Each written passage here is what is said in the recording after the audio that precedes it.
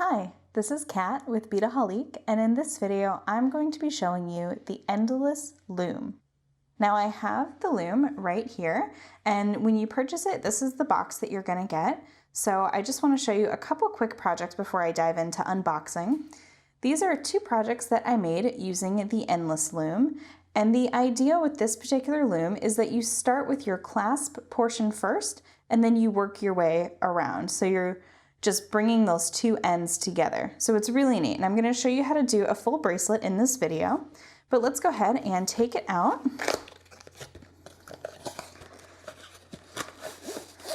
So it comes in a really nice carrying case like this, and you'll also get a nice little instruction booklet that'll show you, and it'll kind of walk you through exactly what I'm going to be doing today.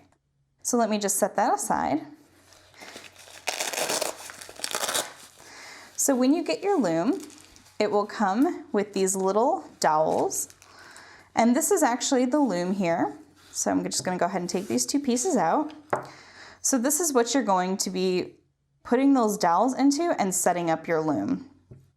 Now we have 3 sizes of tension rods down here at the bottom, and you can kind of see they're all nicely labeled for you, so you'll get to choose the tension rod, and we'll go over that in just a few minutes. And then these are the spacer bars. So we have some that are 2 inches for a 7-inch bracelet, and so on and so forth. And with this particular loom, you can make a loom bracelet that is up to 9 inches and 3.5 inches wide. So in case you're wondering how to modify this for your particular design or project, that is the largest size that you can make on this Endless Loom. So I'm going to try to make a 7-inch bracelet. So I'm going to take out the two dowels here, and they say 2-inch length for 7-inch bracelet. So those are the 2 that I'm going to be using. And then we're also going to be using some rubber bands. Let me go ahead and take out a few. Nice and colorful. And I'm going to set that aside. And let me first start by showing you how to assemble the loom. So you're just going to take these little dowels and put one on each side of your Endless Loom here. And now take one of the rubber bands, and you're going to set it up so it goes over the dowel, and you're going to do the same on the other side so that it sits in the center there. So this is the first part, and now you're going to take that second dowel, or I'm sorry, that second piece of the loom, and put that over and make sure that it's nice and snug and nice and even. And now you're going to take one rubber band and put it around the 2 knobs at the end, and you're just going to repeat that on the other side. So this is the setup for your loom. Now I went over very briefly the idea of the tension rods, and in the 2 examples I have here, these are using 6/0 Czech glass seed beads, and this version is using 10/0 Miyuki Delicas.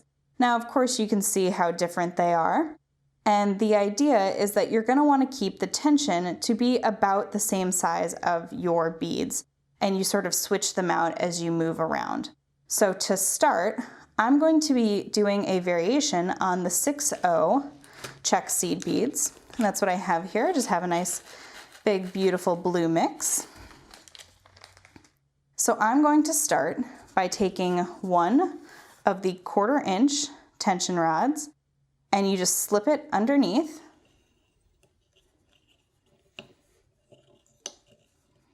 Those 2 rubber bands. So there is my loom. So my loom is all set to go. So I'm actually just going to move this out of the way for just a moment. And I'm going to move my loom out of the way as well. I'll set those aside. So like I was saying, you start by doing the clasp portion of your bracelet. So that's what we're going to do. So I'm going to be using size 12 beading needles.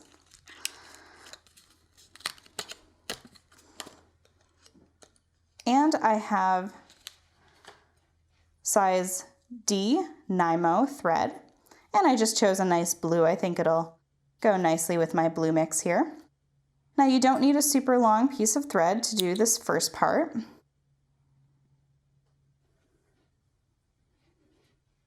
And let me just thread my needle. And if you'd like, you can use a thread conditioner at this point, or you can use it later, or not at all. It's entirely up to you. All right, so I have my needle thread with just a little bit of a tail on this side.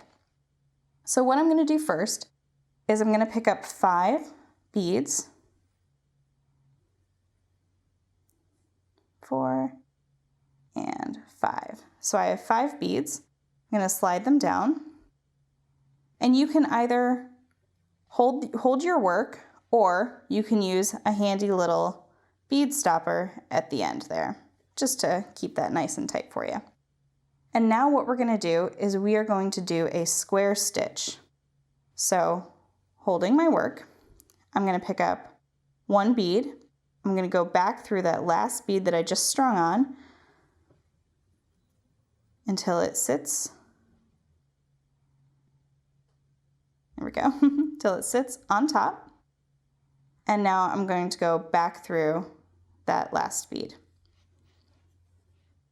And if you're unfamiliar with square stitch, I know I'm doing a little quick version here. We do have a full video showing you how to do square stitch if you want to practice that. So again, I'm going to pick up 1 bead. I'm going to go down through the second bead.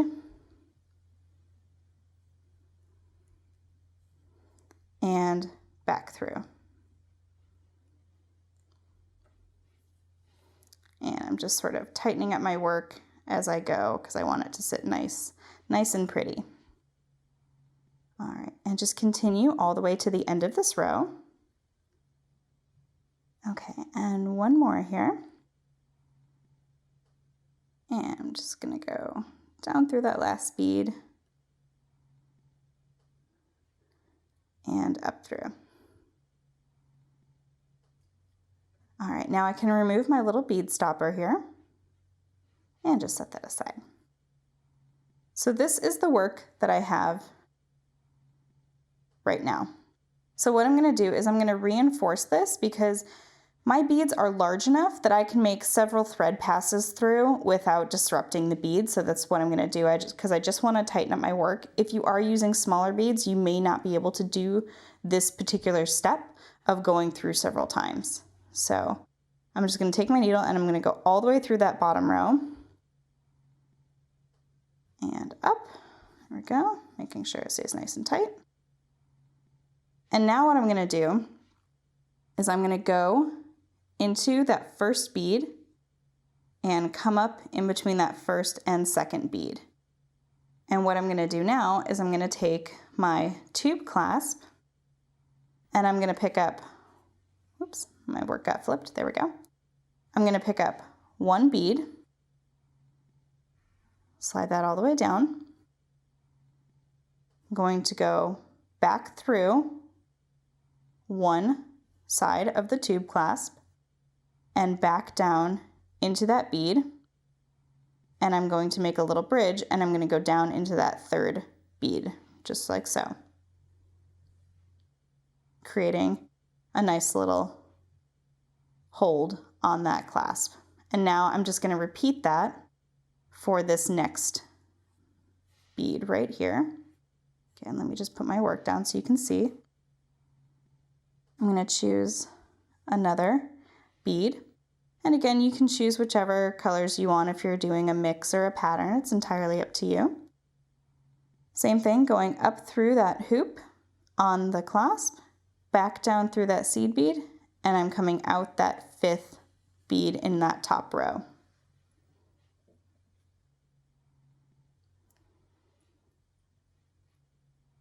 And now I'm just going to go through that entire bottom row again, and I'm going to follow that thread path one more time just to secure my clasp.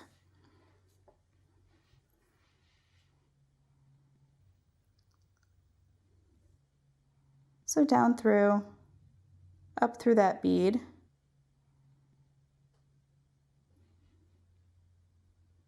and I'm going to catch that loop all in one step because they're a little closer now. Go back through and down into the next bead.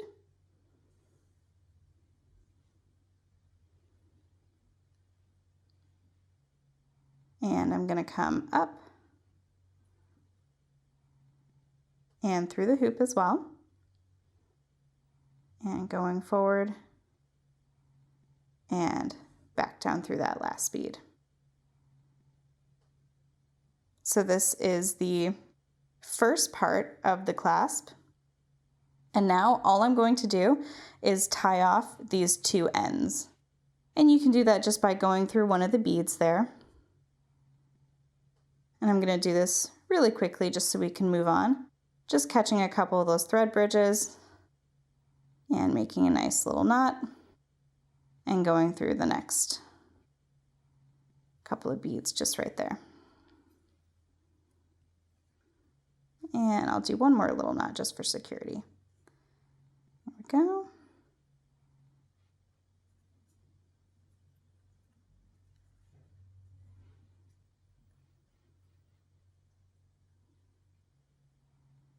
And through there, there we go. Just got to get my needle in there. All right, I'm gonna just take my needle off of that side and I'm going to trim it and set that thread aside. And now I'm just gonna take the other tail, and I've just flipped around my work just because I'm right-handed, so sometimes it makes it easier for me to work this way. Take it in my needle there. And I'm just gonna go through and just tie off, same as before.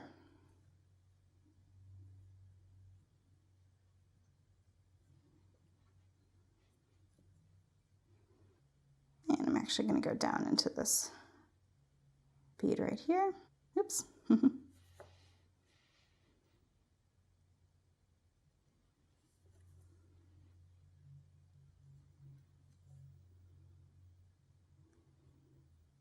And that should be nice and secure now. All right, take my needle off and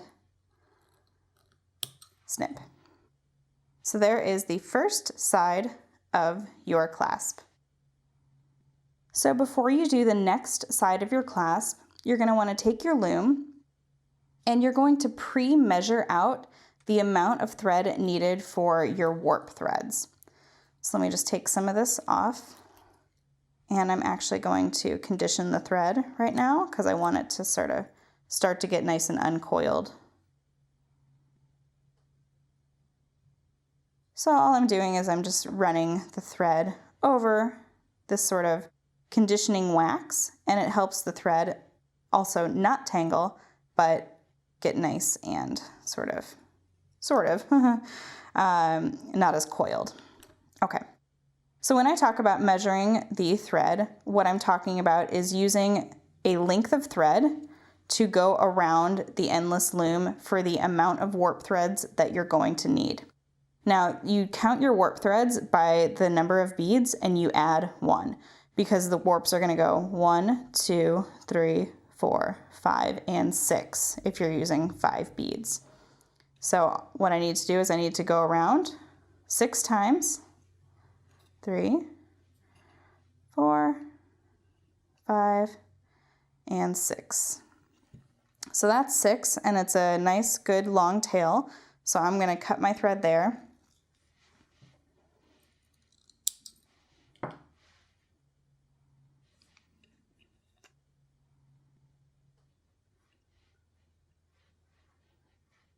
Because you actually want, let me just get it off there.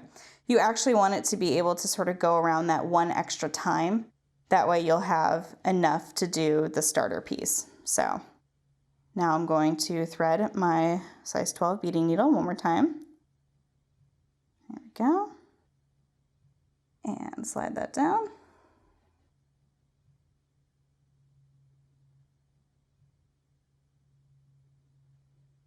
And I'm just going to repeat exactly what I did on this other side right here. So pick up those 5 beads and slide those down.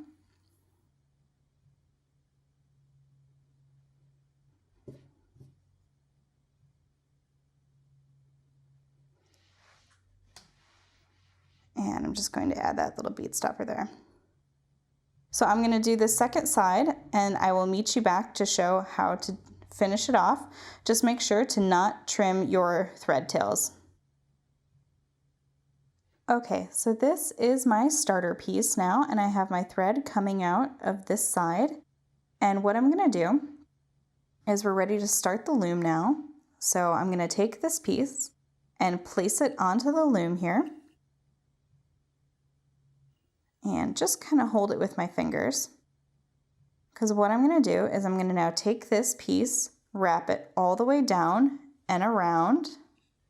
So it's coming up. And I'm going to go through this first bead with my needle, making that first warp thread.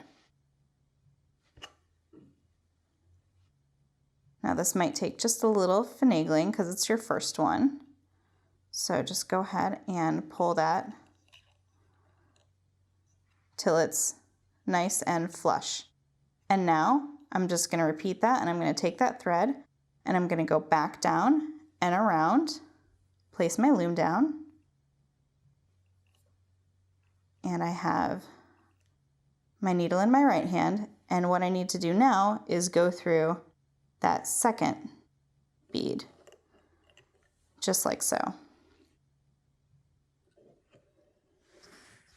to create that next warp thread.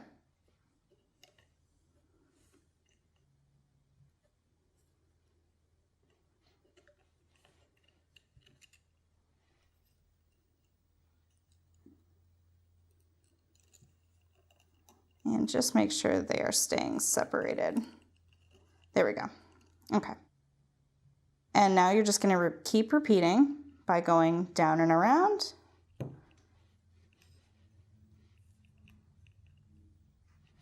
And now through that next bead to make that next warp thread.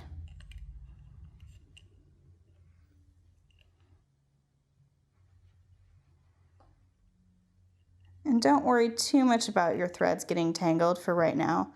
You'll be able to go back and kind of readjust them. And just repeat, going through that next bead.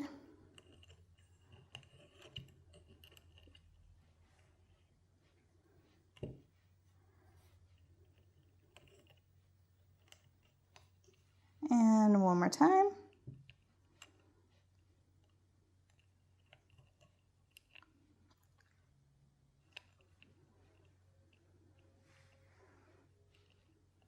And this is your last one.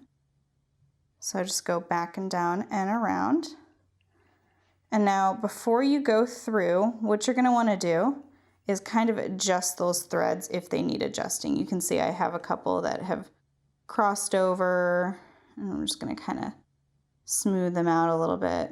Just make sure that they're getting nice and even and good tension. It's kind of like tying a shoelace, where you just need to go back through and just check and make sure that everything is nice and good tension. All right, so I'm going to go back down, and now I'm going to take this needle and I'm going to go through all 5 beads on that bottom row.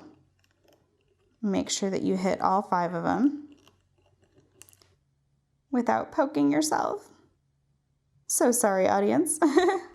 But if you're a beader, you know that sometimes that happens. All right, so now I'm just pulling my thread all the way through for that last time. So now you can see I'm just sort of adjusting, making sure that we are all good to go. All right, so now I'm going to rotate my beadwork just a little bit away from me, and I'm ready to start picking up my beads. So just pick up however many beads are in your row. For me, it's going to be 5. And I'm just going to place them below, push them up through, take my needle across, and now you're looming just like any other loom. And push your needle all the way back across. Now you'll notice that my tail here is rather short, so I am going to need to tie off and add new thread, but I do suggest that trying to get a few rows in before you do that, just it helps sort of secure your thread. So I'm going to start moving a little bit quickly just to get these first few rows in here.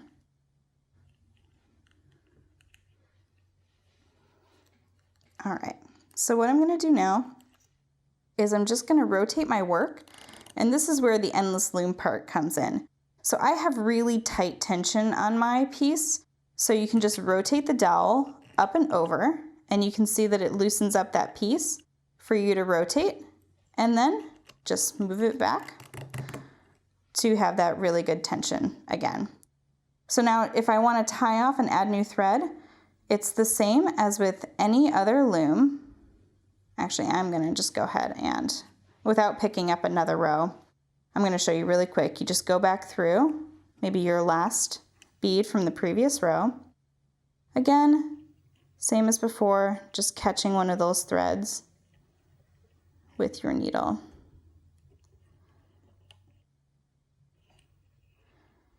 And make a nice little knot. And move on. And you see how I'm tying it off here? It's the same way that you'll start that new thread. There we go. And out the side. All right, so I'm going to add some new thread, and then I will be back to show you another little tip while using the endless loom. Okay, so I'm getting a little bit further along in my piece, and the tension from this dowel rod is just a bit too much. So what I'm going to do is I'm going to actually exchange it for one of these smaller dowels. So I'm just going to repeat and just kind of slip it underneath those little rubber bands. And now I'm going to pull it up and over. And that's a good tension that I want, because as you're rotating your piece, you don't want it to be too tight so that it feels like it's really, really pulling. And I do want to make another note. So I'm sticking with the size 12 beading needle because my work isn't very long. However, if you're doing, wide. However, if you are doing a wider piece, we recommend that you switch to the loom needle, so that'll get all the way across with your beads. And you can actually do this if you're working with a smaller piece as well. But just sort of a little tip, you can use an actual loom work needle if that is your preference. So I'm just going to keep working, and as we get a little bit closer to the end, I'm going to come back and show you how to finish it off. So I'll see you back here in just a few minutes. Okay, so I'm just picking up what I think is going to be possibly my last row here. And you can see that there's still a nice sizable gap there. But what I'm going to do is I'm going to finish this row and just go back through. And before I tie off my thread, there we go. Before I tie off my thread, they recommend that you remove it from the loom. So either unclasp, or you can slide it off one side and let it sit. So now you can see actually that the beads are actually quite tight up against each other. So I'm going to let this sit, and they recommend letting it sit for about an hour to let that tension kind of just come back together. And they do give you some solutions if your beads are too tight or too far apart. And the long and short of it is that if they're too tight, before you tie off your thread, you're just going to go and you're going to take out that row of beads. And if they're too loose, you can add a row at this point. So I'm going to let this sit for about an hour, and I'm going to come back and show you what I have to work with at that point.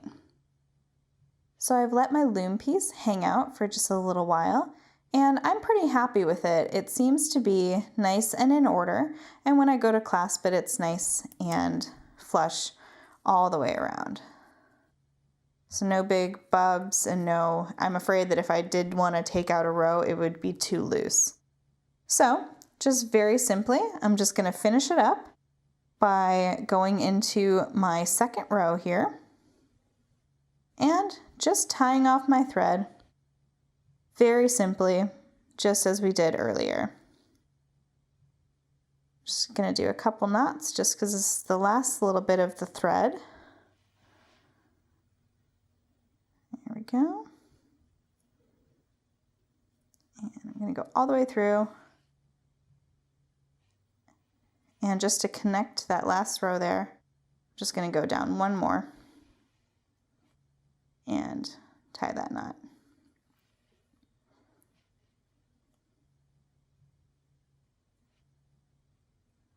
So there you are. That is how to use the Endless Loom. You can have a lot of fun with various different projects and definitely experiment with different kinds of beads. I highly recommend using this. It's great for traveling, especially if you want something that's nice and compact, and it comes with this really great little package as well. So that is how to make a bracelet using the Endless Loom. You can find all of these supplies and more videos at beadaholique.com.